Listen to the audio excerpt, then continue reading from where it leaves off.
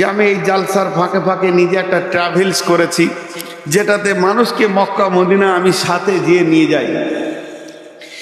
Mecca Medina লাখো লোক বেরিয়ে গেছে, চলে আয় আমার সঙ্গে, চলে আয় আমার সঙ্গে। ৭৫,০০০, ৮০,০০০, যে যেমন পারছে ডাক মারছে, হাঁক মারছে, লোক হুর হুর করে তাদের পেছনে দৌড়ছে।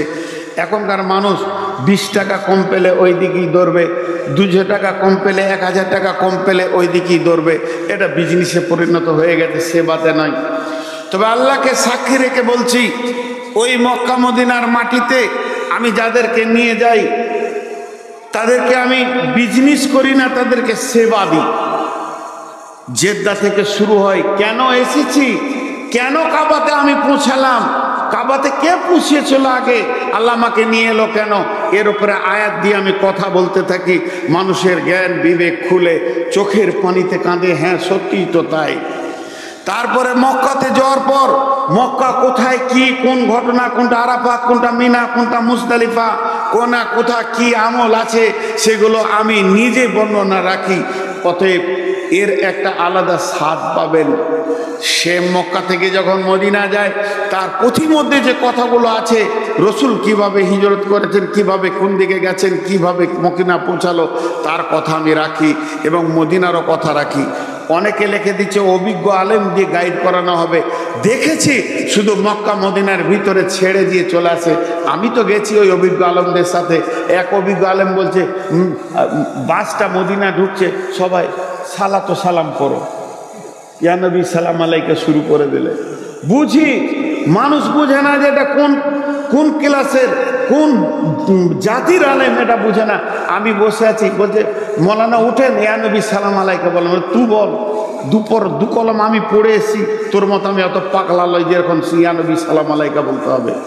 তো ভালোভাবে ঠিক মতো যদি করতে চান উমরা বা হজ, আমার সাথে যোগাযোগ করেন, আমার নম্বরে যোগাযোগ করেন, আমার বড় ভাইয়ের সঙ্গে যোগাযোগ করেন। এইটুকু আপনাদের সামনে আমি বলে গেলাম, কারণ আপনারা আমার সঙ্গে চলেন, এই ভাষাটা বলছি। এরপরে টাকা পয়সার কথা বলবেন, ৭৫,০০০ নিচে, ৮০,০০০ নিচে, ৮৫, ৯০, ১ লাখ, ১,১০,০০০ চলছে দুনিয়াতে। কিন্তু ১,১০,০০০ যে লোকটা যাবে, ৭৫,০০০ যে লোকটা যাবে, ওর মতো ফেসিলিটি পাবে না। পরিষ্কার কথা, কাছে থাকবে, ভালো খাবে। আমি বলছি আপনাদেরকে ভালো খেতে দিব না। অনেকে লেখছে ভালো ভালো খাবার আমি দিব না, নুন দিয়ে ভাত দিব। আমি বলছি বিছানা দিব না, চাদর পেরে গামছা পেরে শুবেন। কিন্তু চলেন, আপনাকে আমি মক্কা মদিনার আসল ইতিহাসগুলো দেবো, লাভ হবে। আমার ট্রাভেলসে এই বছরে যেটা আমি কোরবানির পরে যাব, সফর করব, এই এপ্রিল মাসের ভিতরে যদি কেউ পাসপোর্ট দেয়, এপ্রিল আর মের ১৫ পর্যন্ত, তার বেশি করা যাবে না। এপ্রিল আর মের ১৫ পর্যন্ত পাসপোর্ট আর টাকা দেয়, ১ লাখের প্যাকেজটা ৯০,০০০ নিয়ে যাবো ইনশাআল্লাহ। ৭৫,০০০ আছে, চলে যান আমি বলবো। কিন্তু ওখানে গিয়ে যখন ঠকবেন, আপনি তখন ওই এজেন্টকে গাল দিয়েন না, অল্প টাকা দিয়েছেন, বহু দূরে আপনাকে রাখবে। কিন্তু আমার সঙ্গে চলেন, আমি যেমনটি মানুষ আপনারা ভাবছেন, আপনাদের সঙ্গে কথা বলছি, সেম ওখানে গিয়ে সার্ভিস পাবেন। ১ লাখের প্যাকেজটা ৯০,০০০ নিয়ে যাব, মের ১৫ পর্যন্ত টাকা পাসপোর্ট দিলে। এবার মের ১৫ পর থেকে দিলে ওই প্যাকেজেই যারা যাবে ১ লাখ লাগবে। কারণ আমি টিকিটটা এটাই সস্তা পাচ্ছি, ওইটা টিকিটটা সস্তায় পাবো না। আগে থেকে টিকিটটা আমি বুকিং দিলে সস্তায় পাচ্ছি। আমি প্লেনের সঙ্গে কথা বলেছি, কথা চলছে। আর ওই দিকে গেলে তখন আমাকে তৎকাল হবে। আবার যদি জোয়ার ৩ দিন আগে যেতে চান, তাহলে তৎকাল চার্জ ২৫,০০০ টাকা লেগে যাবে, হিসাব একটা আছে।